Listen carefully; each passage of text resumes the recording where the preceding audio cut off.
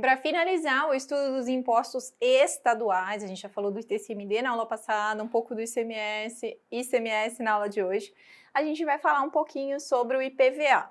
O IPVA é uma questão bem particular, você verá que teremos poucas coisas na aula de hoje, e não é porque eu não quero falar para vocês, mas é porque não existe a lei complementar federal que fala sobre o IPVA. Então, a gente não pode tecer informações que não vão valer para todos os estados, né? Teria que ser uma coisa mais genérica, mas a gente vai passar aqui o perfil constitucional para vocês, tá bom? Então, compete aos estados e ao Distrito Federal instituir impostos sobre a propriedade de veículos automotores.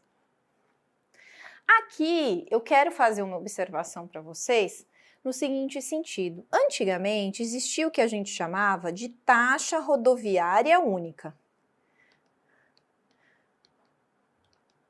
Perceba que, há muito tempo atrás, o automóvel ele era um objeto destinado a uma população economicamente privilegiada. Não era para todo mundo, tá? Era um negócio muito limitado mesmo. Aqueles muito abastados é que tinham acesso aos automóveis na época em que a expansão rodoviária no Brasil começou. Então, se entendia naquela época, tá bom? Há muito tempo atrás, que essas pessoas deveriam contribuir para a expansão da malha rodoviária. Essas, as que tinham os automóveis, porque elas eram economicamente privilegiadas e não seria justo cobrar de quem não iria utilizar daquelas rodovias, tá certo? Só que perceba que a gente tem um problema muito grande, porque qual seria o fato gerador dessa taxa rodoviária única? Ser proprietário de veículo automotor. Mas quais são os requisitos para a cobrança de taxa? O exercício regular do poder de polícia ou a prestação do serviço público específico e divisível? Às vezes essa pessoa tinha um automóvel, mas ela nunca ia usar daquela rodovia. Então, nós tínhamos uma questão muito grande, e é claro que vem de uma época em que o sistema tributário nacional ele não era tão perfeito como hoje, né, digamos assim, mas não faz sentido cobrar uma taxa rodoviária única, tá? Essa taxa rodoviária única, ela mais se aproxima hoje de um pedágio, mas essa ideia de cobrar de quem possui automóvel, ela surge nessa época. Ora, você pode auxiliar a partir do momento em que você tem uma manifestação de riqueza prevista, né, assim, materializada no automóvel, você tem condições, digamos assim, de contribuir pagando impostos. Só que essa vinculação, e aí, posteriormente, foi criado o IPVA, o Imposto sobre a Propriedade de Veículos Automotores. Essa questão de ter essa parte histórica, né, de ter vinculação à taxa rodoviária única, no entanto, faz com que se limite bastante a ideia do que seria veículo automotor. Porque se você for ver o que é um veículo automotor é aquele que tem propulsão própria, um veículo com motor, tá? Algo que tem motor. Uma bicicleta não é um veículo automotor, porque ela não tem motor. Mas e uma embarcação? E uma aeronave? Eles seriam veículos automotores? Se a gente for olhar pelo conceito, eles seriam. Só que o Supremo, quando foi analisar a materialidade do IPVA, para ver se pode ter ou não incidência sobre a embarcação e a aeronave, diz que a materialidade constitucional do IPVA não abarca a propriedade de embarcação e aeronave. Por que não? Lembrou esse fator histórico de vinculação à taxa rodoviária única e também usou o conceito de veículo automotor do Código de Trânsito Brasileiro. Só que o Código de Trânsito Brasileiro, é óbvio, se ele vai tratar de trânsito brasileiro, ele não vai tratar de embarcação e aeronave, ele vai tratar só de veículo automotor terrestre. E aí, né, apesar disso, prevalece até hoje, é uma jurisprudência muito repetida no Supremo, de que eu não posso cobrar IPVA de embarcação e de aeronave, que seriam, né, se a gente for olhar pelo princípio da capacidade contributiva, provavelmente um IPVA muito maior nessa função fiscal arrecadatória para o Estado, tá bom? Mas o Supremo diz que não, então a gente não pode cobrar. Eu fico com um automóvel, ônibus, caminhão, motocicleta, mas não posso cobrar de embarcações ou mesmo de aeronaves. Como eu disse para vocês também, nós temos um problema grande, de não termos a lei complementar que trata do IPVA.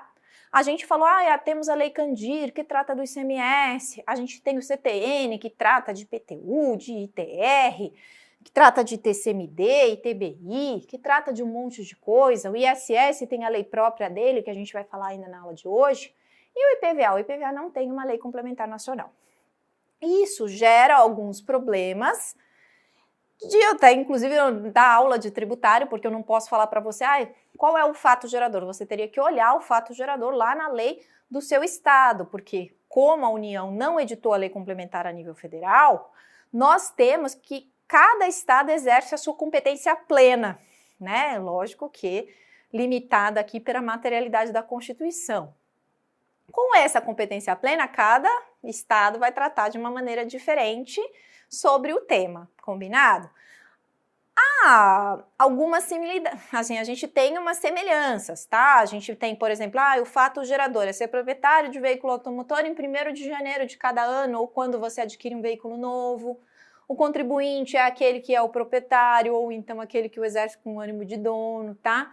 Então, base de cálculo, o valor do veículo, isso a gente consegue perceber, mas particularidades, se você for estudar para uma prova estadual, vale olhar se ele cobra a lei estadual do IPVA, tá? Mas cada estado exerce a competência plena nos termos do artigo 24 da Constituição Federal, cada estado vai tratar do IPVA a seu modo, desde que respeitada, é claro, a previsão constitucional, não pode, por exemplo, cobrar de embarcação e aeronave.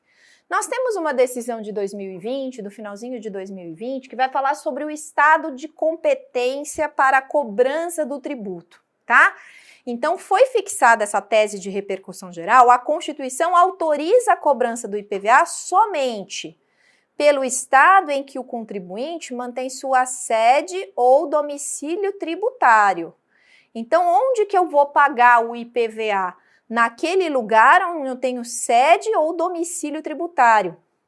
Nesse caso, se queria pagar o IPVA, aonde se registrou o veículo, tá? Por quê? Porque você sabe muito bem que nós temos a questão da guerra fiscal também no IPVA.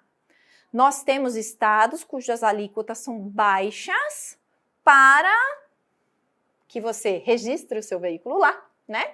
E eventualmente pague, ainda que com a alíquota mais baixa, para aquele estado. Então, aumenta a arrecadação do estado. Enquanto outros têm alíquotas mais altas. Para evitar isso, se coloca nessa jurisprudência que o contribuinte tem que pagar o IPVA na sede ou no domicílio e não onde registrado, licenciado o veículo, tá bom?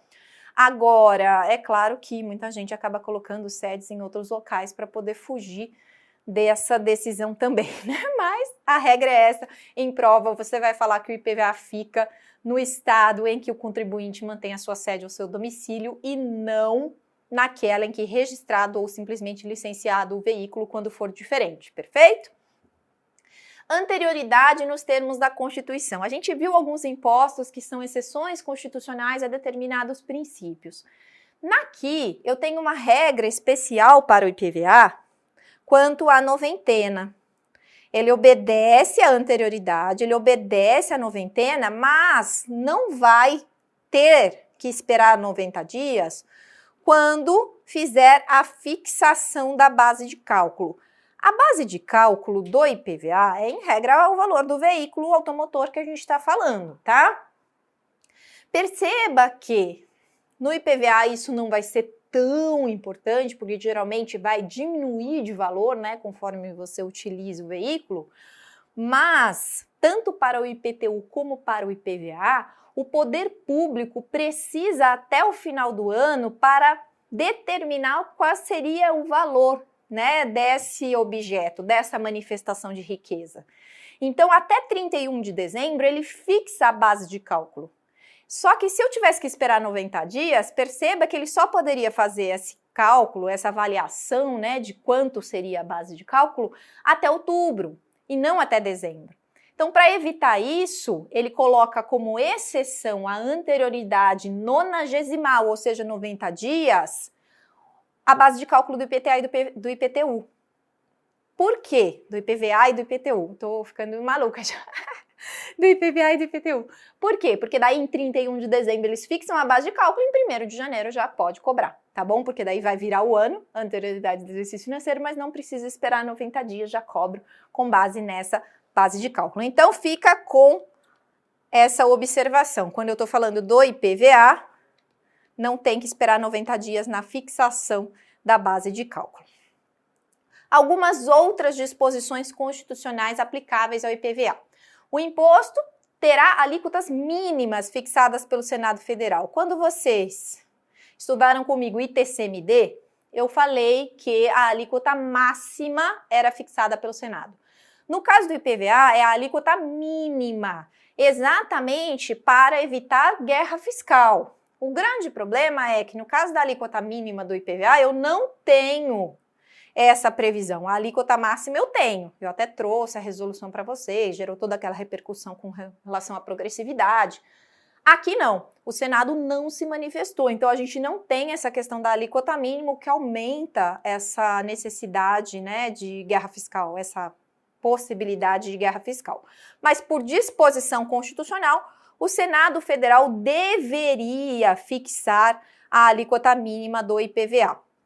Eu falo, assim, para a gente não confundir, que você tem que perceber que no IPVA o que faz com que alguém vá para determinado estado, outro estado?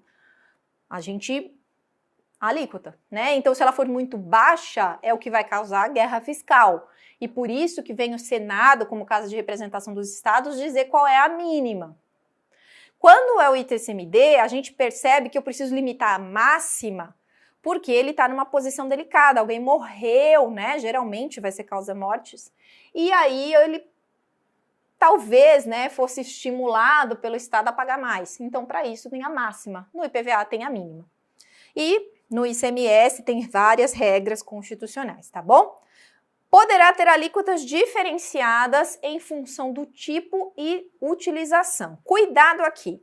Para o IPVA, não se está falando de progressividade, eu estou falando de alíquota diferente, tá? Em função do tipo, então, é um veículo de passeio, é um veículo utilitário, enfim, posso ter alíquotas diferentes para esses tipos e também posso ter alíquota diferente para a utilização. Então, é um táxi, vai pagar menos, por exemplo, ou é um veículo normal de passeio, vai para utilização de qualquer pessoa, vai ter outra alíquota. Na progressividade, eu tenho quanto maior a alíquota, maior a base de cálculo. Opa, quanto maior a base de cálculo, maior a alíquota. Na alíquota diferenciada, não. Simplesmente entrou aqui, é um caminhão, alíquota 1%, é um carro 2% e pronto, tá? Na progressividade é diferente, então é um carro de valor 400 mil vai pagar 2, de 500 mil vai pagar 4 e aí vai subindo, tá bom? Então, alíquota diferenciada, o examinador faz isso com você mesmo, tá? Principalmente no tocante ao IPTU, em que a gente tem as duas coisas, tanto a progressividade como a alíquota diferenciada. Só não confundir as duas coisas para não errar na prova. No caso do IPVA, previsão constitucional é para a alíquota diferenciada em razão do tipo ou da utilização do veículo automotor, tá bom? Fato gerador, propriedade do veículo automotor em 1º de janeiro, geralmente, né, ou aquisição a qualquer tempo de veículo novo. Base de cálculo e contribuintes, valor do veículo, contribuintes, o proprietário ou o possuidor com ânimo de dono, quando você firma um contrato, né, de leasing, etc.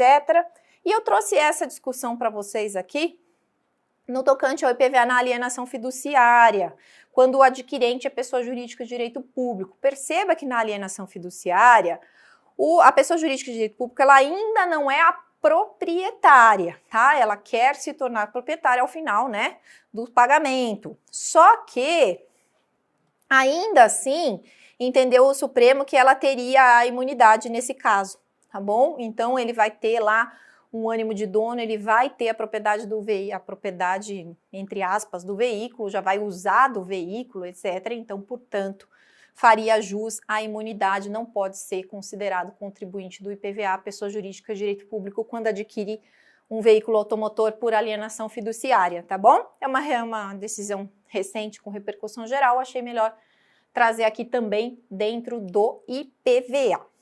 Lançamento do IPVA de ofício, vale lembrar que a jurisprudência entende possível a notificação via carnê ou mera publicação do calendário de pagamento.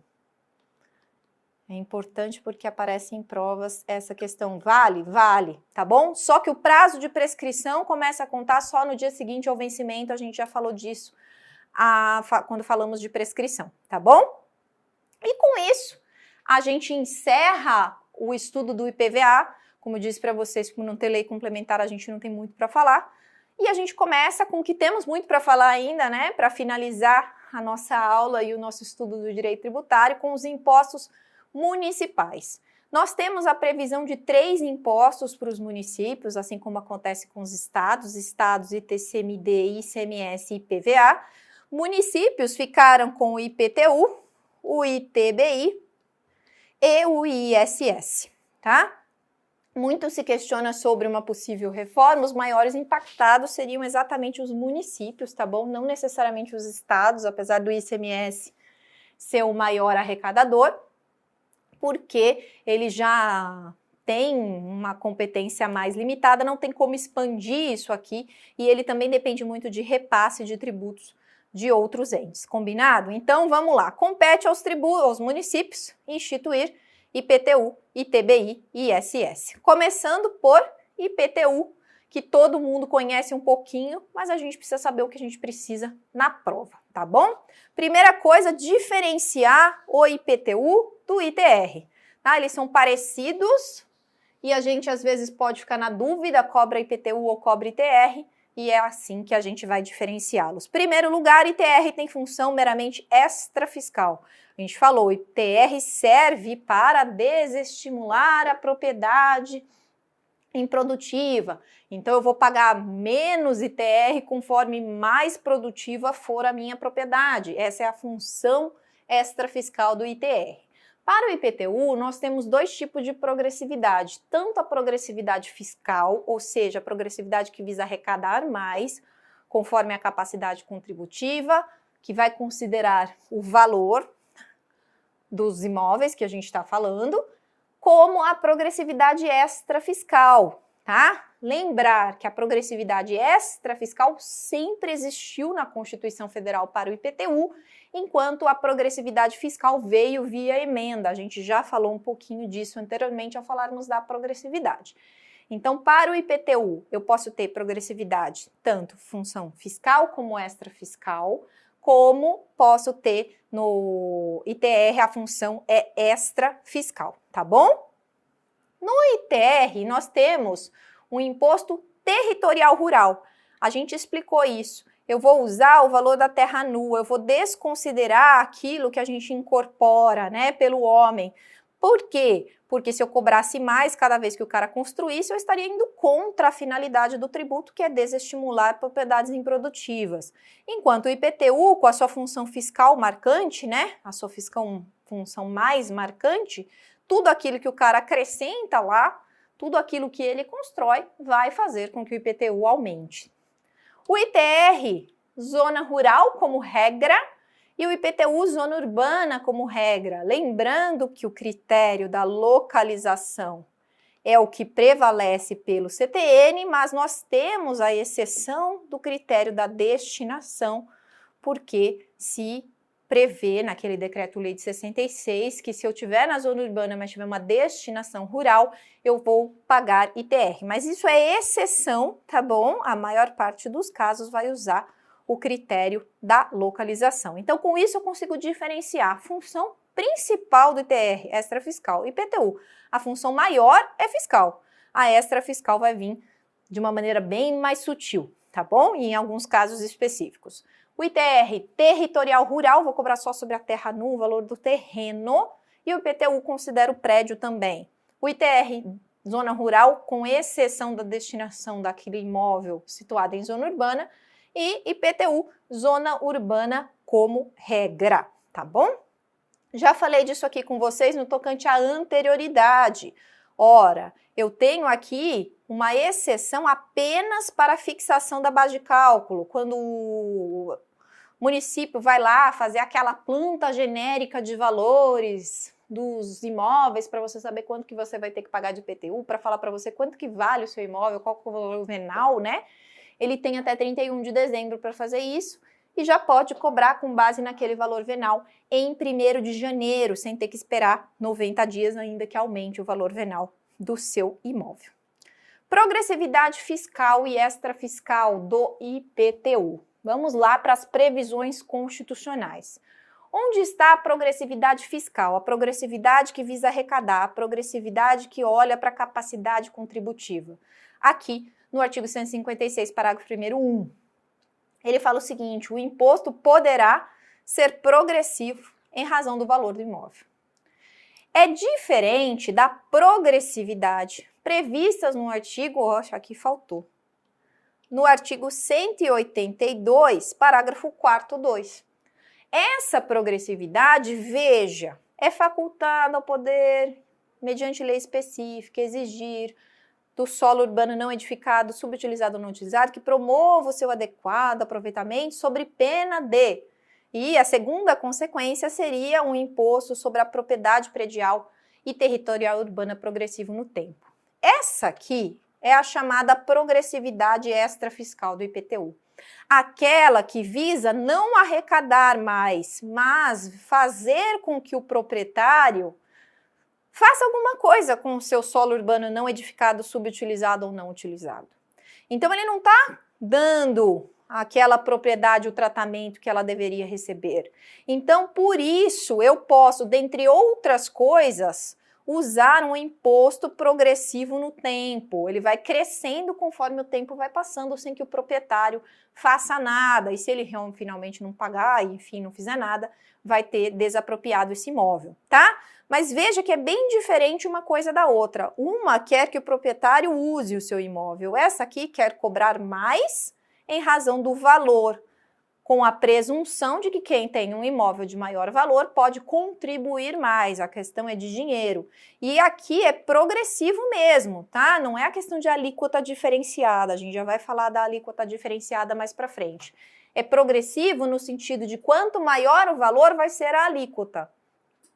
É claro que se você considerar só o valor do imóvel, o fato dele ser mais caro e você colocar a mesma alíquota, vai fazer com que você pague mais. Mas aqui não é só pagar mais, é pagar com uma alíquota maior além de tudo, tá bom? Então, se você entra na segunda faixa ou na terceira faixa, é como funciona com o imposto de renda, mas falando do valor do imóvel, para você entender melhor como funciona a progressividade aqui do IPTU.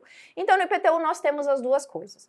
O grande problema é que essa progressividade fiscal, ela veio por emenda.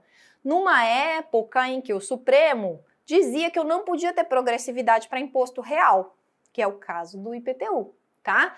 Então, olha só o que diz a súmula 668, a gente já mencionou brevemente ao tratarmos do ITCMD só para falar da jurisprudência, mas agora você precisa lembrar, é inconstitucional a lei municipal que tem estabelecido antes da emenda 29, essa que falou da progressividade, tá? Alíquotas progressivas para IPTU, salvo se destinada a assegurar o cumprimento da função social da propriedade urbana. Aquela que a gente acabou de falar, do 182, parágrafo 4º, essa aqui sempre existiu, essa pode. Essa aqui, para quem não está usando o imóvel, essa sempre pôde. Essa aqui só a partir da emenda, de acordo com o que diz o Supremo. E também não posso fazer adicional progressivo em função do número de imóveis do contribuinte. Tá? Uma súmula bem antiga. Não admitia o Supremo a progressividade para os impostos reais antes de constar expressamente na Constituição, no caso do IPTU. Nós vimos que para o ITCMD, o Supremo mudou o posicionamento que ele adotava anteriormente e admitiu a progressividade sem previsão constitucional. Tá? Nós vimos que a progressividade ela veio na resolução que supostamente falava das alíquotas máximas, mas também trouxe a progressividade. Quando se questionou, o Supremo disse não, pode ter progressividade, ainda que sem previsão constitucional, no caso do ITCMD, tá? Para o IPTU, ele continua aplicando a súmula 668. Então, para tudo que vem antes da emenda, eu não posso ter progressividade fiscal. Depois da emenda, eu posso, tá? A partir do momento que tinha previsão constitucional. Não confundir essa situação com essa aqui, tá? Diferenciação de alíquota de acordo com o uso e a localização do imóvel. Por quê?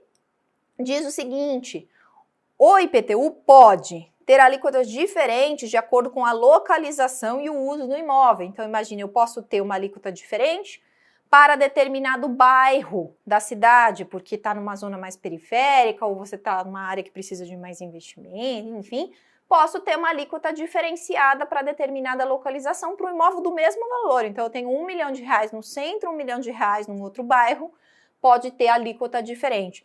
Também com o uso do imóvel, é residencial, é comercial, enfim, conforme o uso do imóvel eu posso ter alíquotas diferentes. Eu deixei aqui de propósito, incluído pela emenda, para que você perceba tanto a progressividade como a possibilidade de ter alíquota diferenciada vieram por emenda. O que aconteceu? O Supremo disse que pode ter progressividade a partir de agora, mas só porque a emenda falou que podia.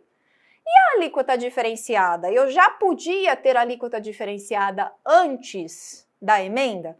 E o Supremo diz que sim. São constitucionais as leis municipais anteriores à emenda constitucional número 29, que instituíram alíquotas diferenciadas de IPTU para imóveis edificados e não edificados, residenciais e não residenciais. Então, cuidado, pelo amor de Deus, nesse julgado de 2020, o Supremo me disse que não poderia confundir a situação com a súmula 668, tá? Então, uma coisa é progressividade, outra coisa é a alíquota diferenciada, e eu aposto que isso aqui vai aparecer em provas futuras, tá bom? Porque a questão é bem confusa e o posicionamento foi bem diferente, né? Para uma, eu precisava da emenda para permitir a cobrança e só a partir daí as leis são constitucionais. Aqui não, a alíquota diferenciada, as leis anteriores à emenda são constitucionais. Então, cuidado para não confundir em prova. Fato gerador do IPTU, o artigo 32 a gente já tratou ao tratar do ITR, né? Por quê? Porque a gente precisava saber o que era zona urbana, mas agora a gente volta para tratar do próprio IPTU. Então, o IPTU tem como fato gerador a propriedade, domínio útil, a posse de bem imóvel por natureza ou a cessão física. Então, aqui, tanto o terreno como aquilo que se constrói, tá? Como definido na lei civil, desde que localizado na zona urbana do município. Primeiro ponto, propriedade, domínio útil ou posse de bem imóvel. Posso usar tudo isso e não só propriedade? Mesma observação quanto ao ITR. Eu posso, tá bom? Desde que essa posse seja com ânimo de dono. O que é zona urbana? Zona urbana é aquela definida em lei municipal desde que, para que não se coloque tudo lá como zona urbana, tenha pelo menos 2 melhoramentos. Ou meio-fio, ou abastecimento de água, sistema de esgoto, rede de iluminação com ou sem posteamento, e escola primária ou posto de saúde, uma distância máxima de 3 km do imóvel. Tem 2, já tá bom, já pode definir aquele lugar como zona urbana na lei municipal e vai cobrar IPTU. Também conversei com vocês sobre isso aqui. Além disso, ele pode considerar como urbana a área urbanizável de expansão, ainda que localizado fora, ou seja, ainda que sem os melhoramentos, como diz a súmula 626. Então, fato gerador, eu sou proprietário, titular do domínio útil ou possuidor de bem imóvel por natureza ou ação física localizado na zona urbana, como definido na lei municipal desde que tenha melhoramento, e ainda assim, se for zona, eu começo a riscar, mas não muda, né? Se for zona urbanizável ou de expansão, eu posso considerá-la também como urbana para fins de cobrança de IPTU e não de ITR, tá bom? Ainda que sem os melhoramentos previstos no inciso anterior. A base de cálculo do IPTU. A base de cálculo do IPTU é o valor venal do imóvel. Nessa base de cálculo não se considera o valor dos bens móveis mantidos em caráter permanente ou temporário do imóvel. Então, tudo aquilo que for móvel, que puder ser retirado, né, sem danificar a sua essência, etc., não posso considerar para fins da base de cálculo do IPTU. Contribuinte. O contribuinte do imposto é o proprietário, o titular do domínio útil ou seu possuidor a qualquer título. Como a gente já adiantou ao falar do fato gerador, posso considerar essas pessoas como contribuintes? Eu posso, tá? Desde que seja com ânimo de dono. Tanto eu posso que tem uma súmula do STJ que diz que cabe à legislação municipal estabelecer o sujeito passivo do IPTU. Ó, eu posso escolher o proprietário, posso escolher o titular do domínio útil, posso escolher o possuidor a qualquer título, tá? Desde que eu tenha essa questão aí do ânimo de dono. Essa questão do ânimo de dono é o que motiva o locatário a não ser considerado contribuinte. Ah, mas professora Ana, o locatário sempre paga o IPTU. Tá sempre lá no contrato que ele paga o IPTU. Tá bom, tá lá no contrato que ele paga o IPTU, mas ele não é contribuinte do IPTU. Tanto é assim que ele não pode discutir o tributo, tá? Quem discute é o proprietário, é o cara que aluga para ele, tá? Esse aqui, não. É o que diz a súmula 614. O locatário não possui legitimidade ativa para discutir a relação jurídico-tributária de IPTU e de taxas referentes ao imóvel alugado, nem para repetir em débito desses tributos. Com isso, a gente encerra esse bloco, a gente já volta.